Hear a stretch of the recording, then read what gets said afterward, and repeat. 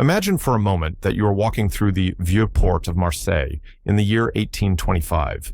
The air is a thick, choking soup of salt spray, rotting fish, and cheap tobacco. This isn't the romanticized France of postcards and perfume. This is the industrial gut of the Mediterranean. Around you, the docks are a chaotic labyrinth of crates, heavy hemp ropes, and men from every corner of the globe who have nothing to lose and everything to prove. In this world, a disagreement isn't settled with a polite exchange of words or a gentlemanly duel with pistols at dawn. It is settled in the mud, under the flickering light of an oil lantern, where the only law is survival. You see a sailor, his back against a stack of timber, surrounded by 3 men looking for his coin. He doesn't square up like a pugilist. He doesn't raise his fists. Instead, he grabs a nearby rigging line for balance, leans back, and launches a heavy, salt-crusted leather boot with the precision of a piston.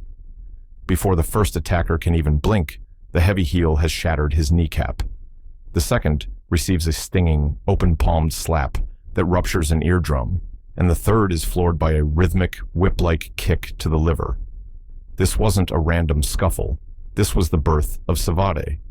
To the refined elite of Paris, the word savate simply meant an old, worn-out shoe, something fit for the trash. But on the streets, it was a terrifyingly efficient system of violence that turned a man's footwear into a lethal instrument. It was a martial art born from the desperate necessity of the lower classes, a style that prioritized the low over the high, the practical over the theatrical, and the brutal over the beautiful. Today, we peel back the layers of sporting elegance to reveal the jagged, blood-stained roots of the French art of fighting, back when it was a tool for the street gangs and the forgotten men of the docks. To truly understand Savate, you have to understand the environment that forged it. Marseille in the early 19th century was a frontier town. The Napoleonic Wars had left a legacy of displaced men, trained in combat, but with no war left to fight. The docks were filled with sailors who spent months at a time on the unstable, slippery decks of frigates and merchant vessels. If you've ever tried to stand on a ship during a gale, you know that your hands are your lifelines. You use them to hold onto the mast, the railing, or the ropes. If a fight broke out on deck, punching was a recipe for falling overboard or cracking your skull against the hardwood. This environmental constraint forced a radical evolution in combat. The sailors realized that while their hands were occupied keeping them upright, their legs were free. But they couldn't throw the high, spinning kicks you see in modern cinema. The deck was too slick for that. Instead, they developed a rhythmic, low-level style of kicking that utilized the heavy, reinforced boots they wore for work. They called this early iteration le chausson, named after the slippers or soft shoes worn by sailors, though the reality was far harder than the name suggests. The technique was built on the principle of the tripod. By keeping one or both hands on a fixed object, the sailor could launch his weight into a kick without losing his footing. They targeted the shins, the knees, and the groin, areas that were difficult to defend and devastating when hit with a rigid leather sole. As these sailors spent more time on land, the sailor's style migrated from the ships into the narrow, dark alleys of the port districts. Here, it met the urban violence of the French underworld. This was a time of extreme social tension.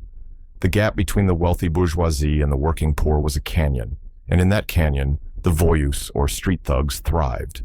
For these men, savate was not a hobby. It was a trade requirement. They took the sailors' kicks and adapted them for the cobblestone streets. But they added a unique, almost bizarre element to the fight, the open palm strike. To a modern observer, seeing 2 men slap each other might look comical, but in 1830, it was a matter of legal strategy. Under the French legal code of the time, an attack with a closed fist was legally classified as assault with a deadly weapon. The fist was seen as an extension of a stone or a mace. However, a slap, regardless of how much force was behind it, was often treated as a simple misdemeanor or a mere insult. The street fighters of Marseille and later Paris were masters of this loophole. They would use the la baffe, a stinging, heavy slap delivered with the base of the palm to daze an opponent, burst capillaries, or disorient them long enough to deliver the finishing blow with the boot. It was a psychological tactic as much as a physical one. To be beaten with a fist was a fight. To be slapped and then kicked like a dog was a humiliation that broke a man's spirit before it broke his bones. The technical brilliance of early Savate lay in its understanding of distance. While the English were developing their London prize ring rules for bare-knuckle boxing, focusing on standing toe-to-toe and trading blows to the head and torso, the French were obsessed with the long game. A Savatier knew that if he could keep a man at the end of his leg, that man could never reach him with a knife or a punch.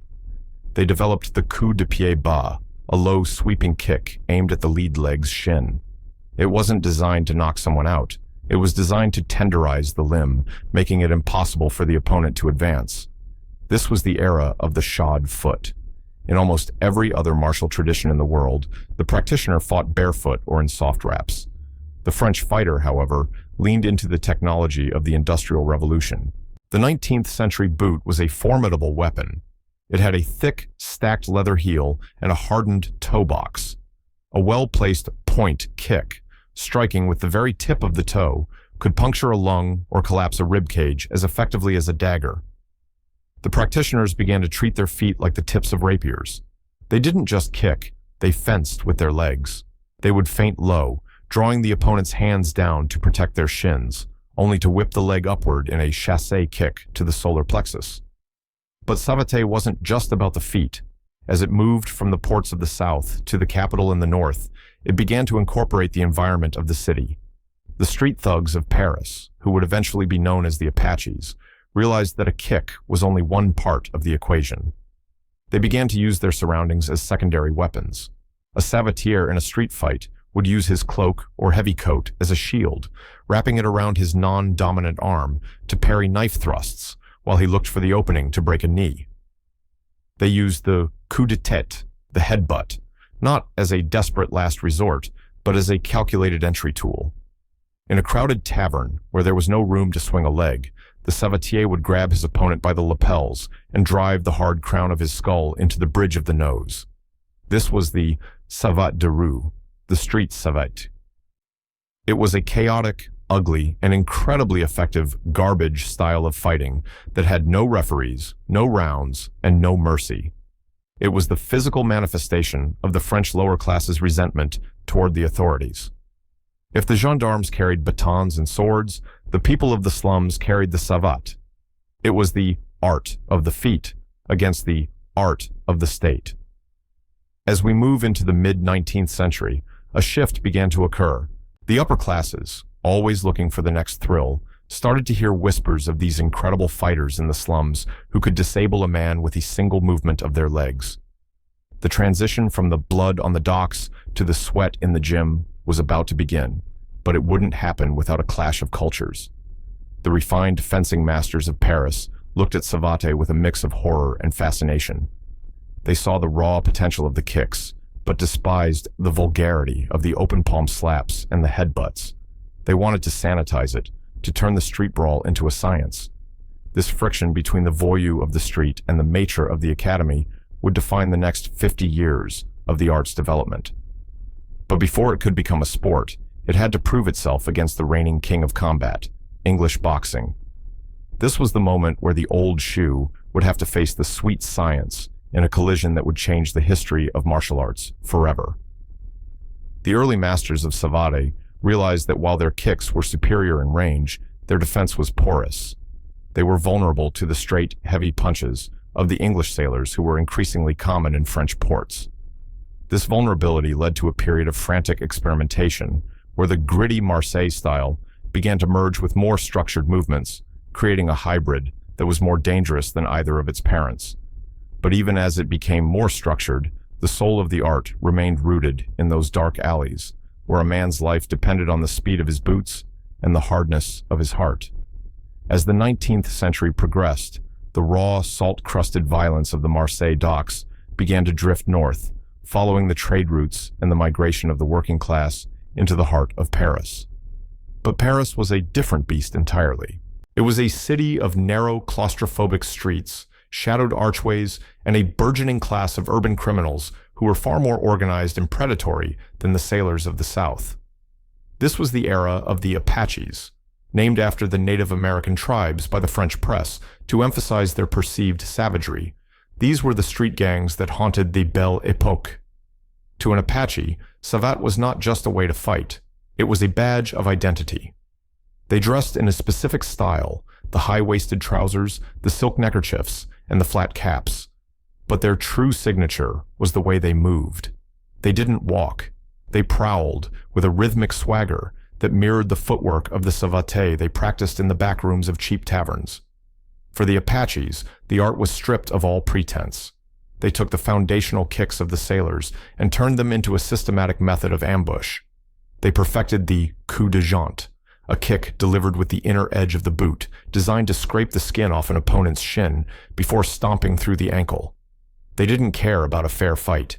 If an Apache was cornered, he would use a technique called the embrace, grabbing his victim by the shoulders not to wrestle, but to hold them steady for a series of rapid-fire coups de genou, knee strikes to the groin and thighs, followed by a vicious headbutt that would end the confrontation in seconds. While the gangs were refining the art of the street brawl, a man named Michel Cassou was attempting to do the unthinkable. He wanted to bring savate into the light. In 1825, Cassou opened the first official savate training hall in Paris.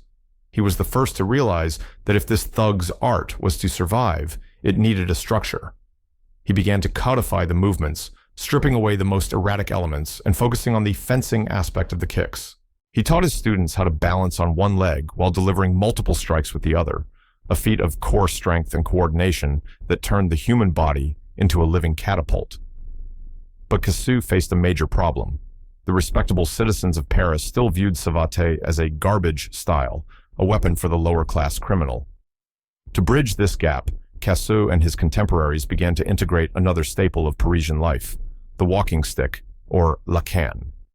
In the 19th century, every gentleman carried a cane, but in the hands of a savate master, that cane became a blur of mahogany and silver that could crack a skull as easily as a whip.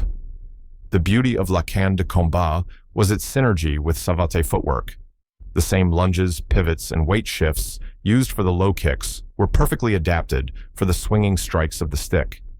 This integration was a masterstroke of marketing. It allowed savate to be presented not as a street fight, but as a sophisticated system of défense dans la rue, defense in the street, suitable for the middle class who feared the very Apaches who had helped forge the art. However, the most significant turning point in the history of savate came in 1838.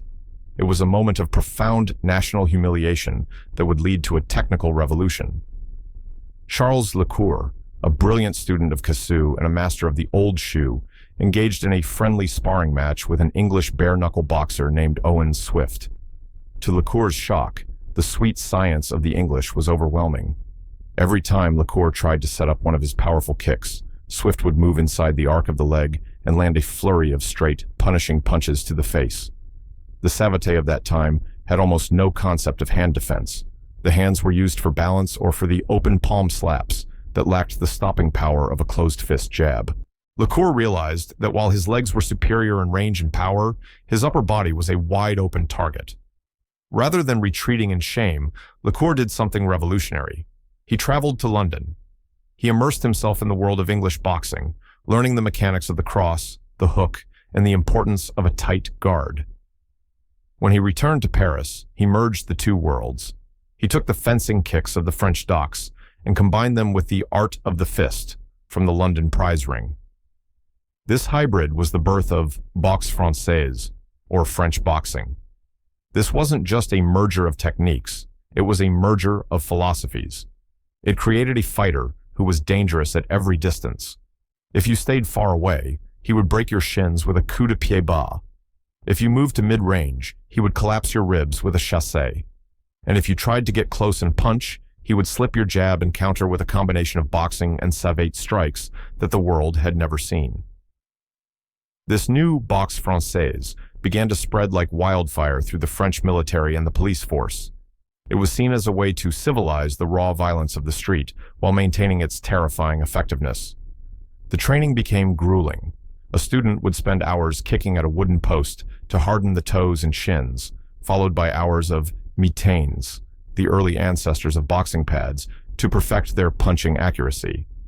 The art began to develop its own unique aesthetic. The heavy boots remained, but they were now specifically designed for combat, with flat soles for stability and reinforced tips for the point strikes. The fighters began to wear the integral, a one-piece skin-tight suit that allowed for total freedom of movement, emphasizing the lean, athletic physique required for the style. But even as it became a respected sport, the dark side of Savate never truly vanished. In the back alleys, the Apaches still practiced the old ways. This led to a fascinating duality that lasted for decades: the sporting savate of the gymnasiums and the combat savate of the underworld. The sporting version removed the headbutts, the eye gouges, and the knee strikes to the groin, creating a fast-paced, high-scoring game of foot fencing. But the combat version, the one used by the undercover police and the gang leaders, kept everything. They understood that in a real fight, the dirty move was often the only move that mattered. The technical evolution reached its peak with masters like Joseph Charlemont and his son Charles. They were the ones who truly turned savate into a science. Joseph Charlemont published a definitive treatise on the art, detailing the biomechanics of every movement.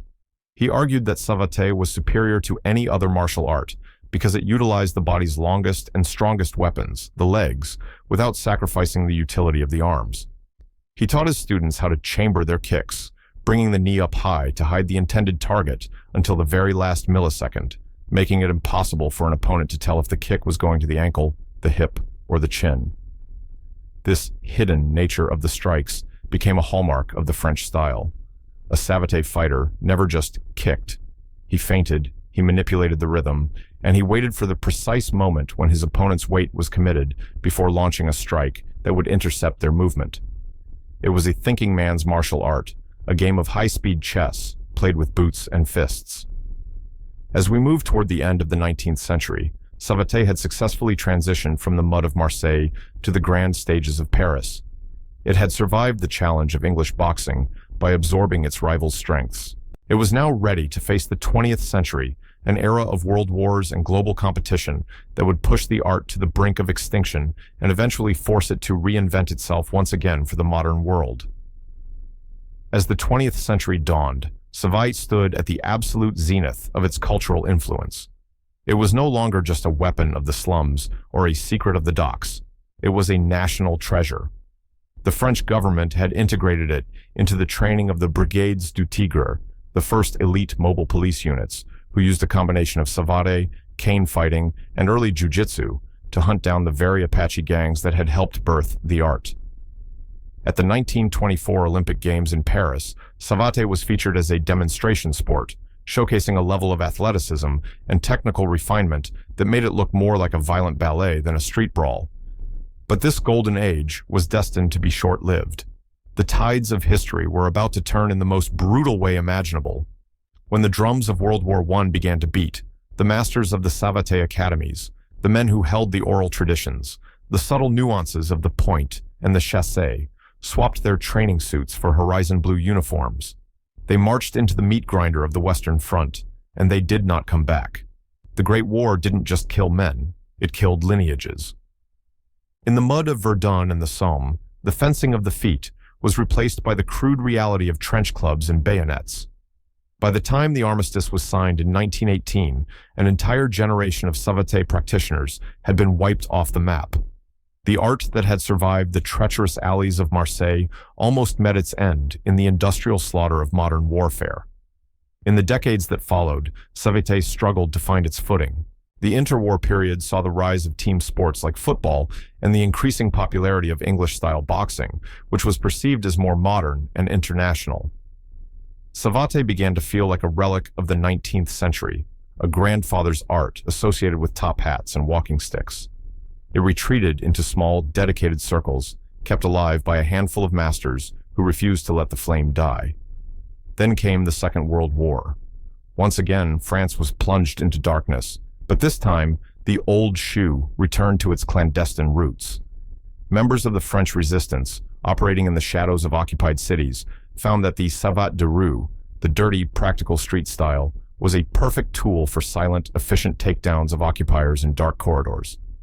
It was a grim reminder that beneath the sporting veneer, savate was always a system built for the desperate and the outnumbered. Yet, even with this brief resurgence in the shadows, the post-war era brought a new challenge: the global explosion of Asian martial arts.